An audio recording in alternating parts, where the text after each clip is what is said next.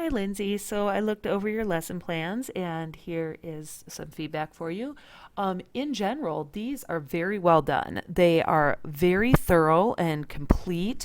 I like the fact that during every step in the writing process that you not only direct instructed, but that you also modeled for the students too, so that they had, by the end of your instruction, they had really solid examples to work from that they could look back to as far as generating ideas and thesis and even criteria for their thesis and then paragraph structure. That was really well done, very thorough. I'll show you when I go through the line by line. I think that you actually may have almost overdone it in some places, giving the students so many different examples. I think it might end up being a little much for them, especially seeing that these were ninth grade lesson plans and 60-minute classes. So I'll show you that in the line by line a little bit. All right, you have the perfect evidence outcomes for these, in that you're talking to kids about developing and strengthening their writing. And I like that your essential questions for global carried out the entire unit, but that your content area questions altered depending on the specific needs for each lesson plan. Your students will be able to and students will understand is nicely aligned, so that during each phase of the process they know that they're to be working both in their head and on paper on the skills that you have them doing. It's nicely done in that respect.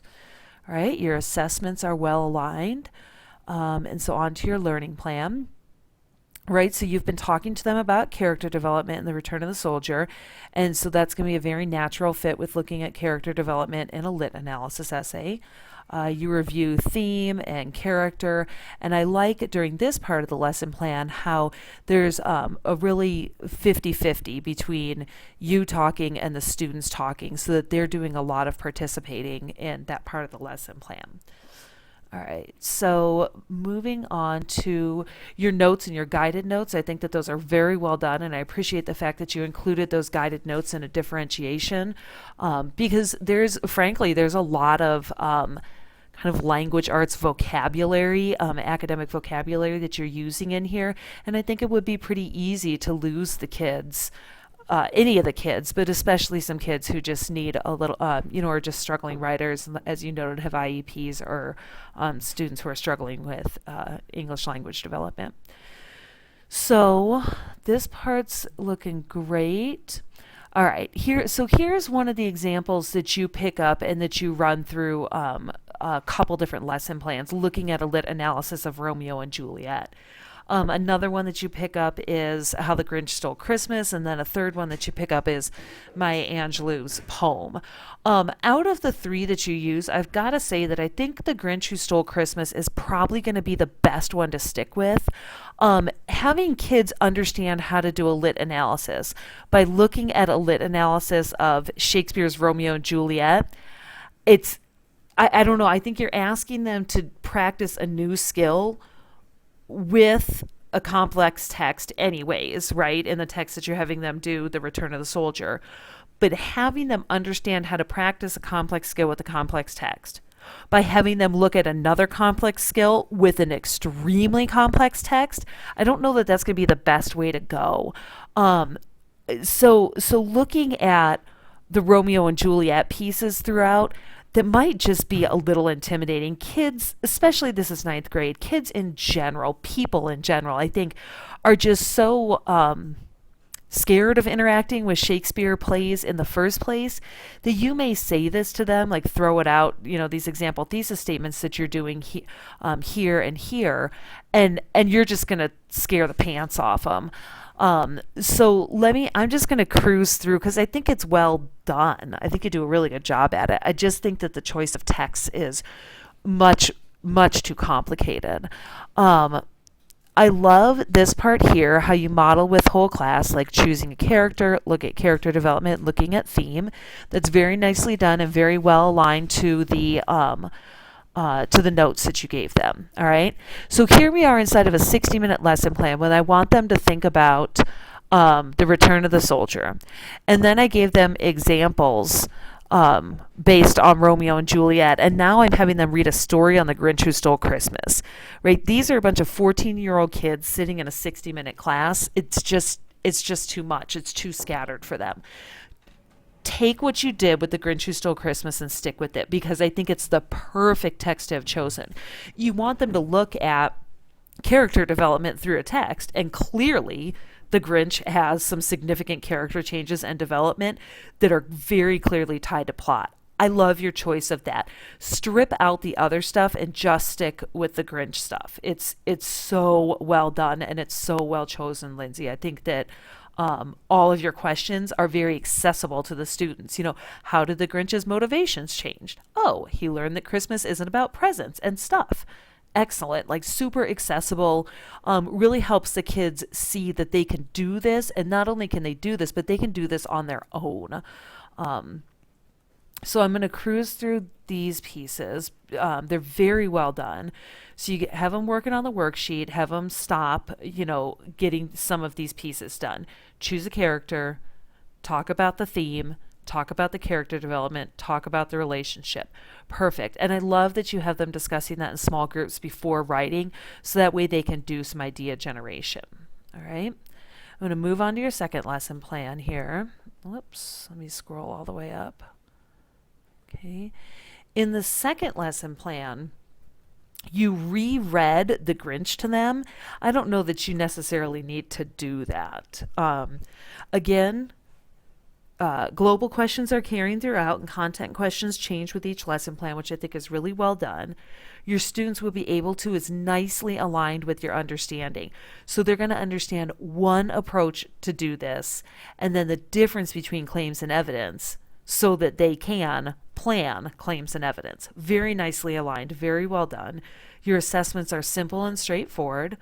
And I like your differentiation here that you have some students working with and supporting 2 claims instead of 3. I think that's probably a good idea for a lit analysis. All right. So here again, we're starting with Return to the Soldier. We're going to review a little bit and rehook them, because I haven't seen them for a day or maybe 2. Very nicely done.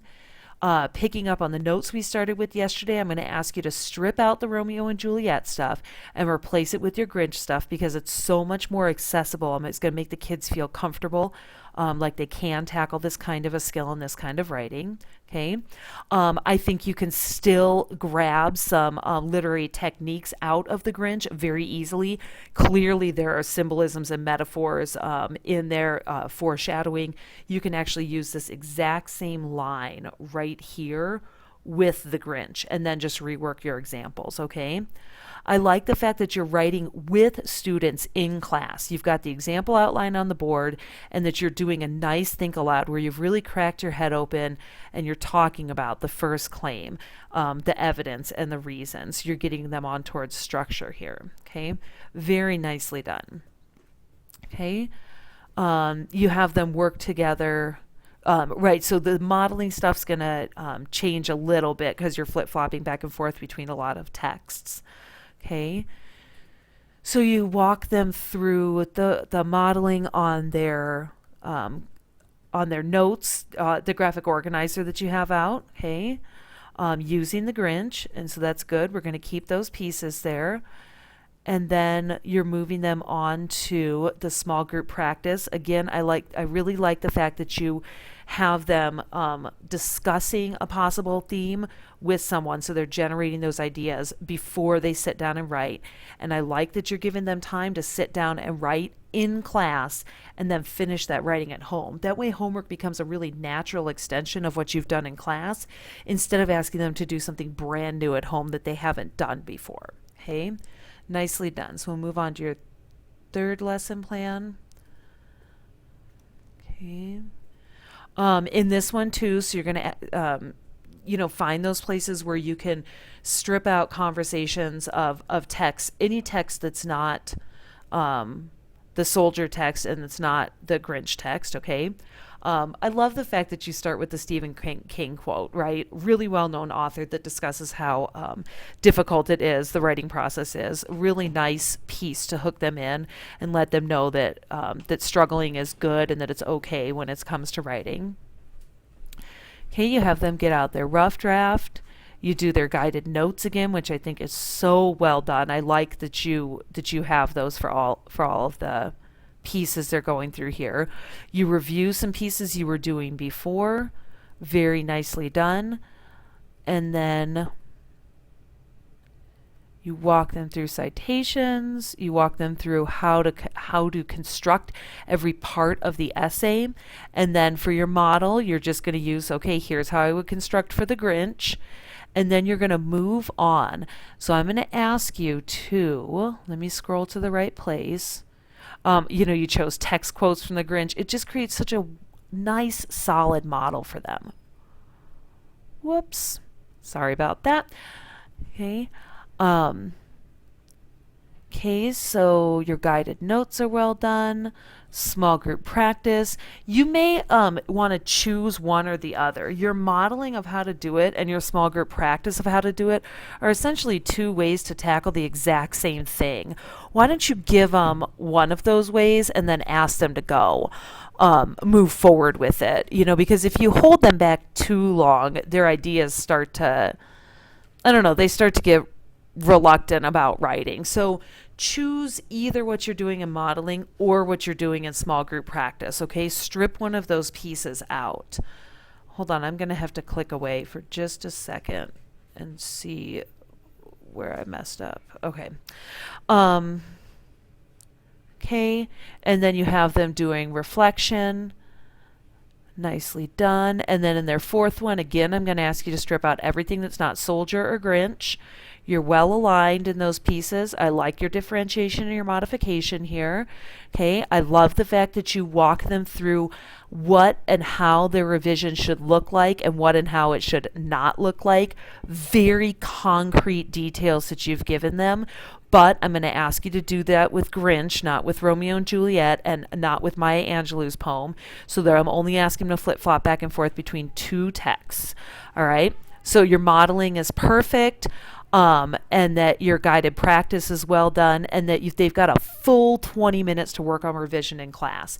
Nicely done. So that way, again, they're writing in class with you right there to listen to them, to guide them. That part is really well done. Okay. So basically, Lindsay, you did an awesome job on this. You almost overdid it a little bit, right? Don't forget Lemav's idea of double planning, right? Put yourself in your student's shoes so that you can really think about what these pieces are sounding like from your student's perspective. Okay. Very nicely done, though. Thank you.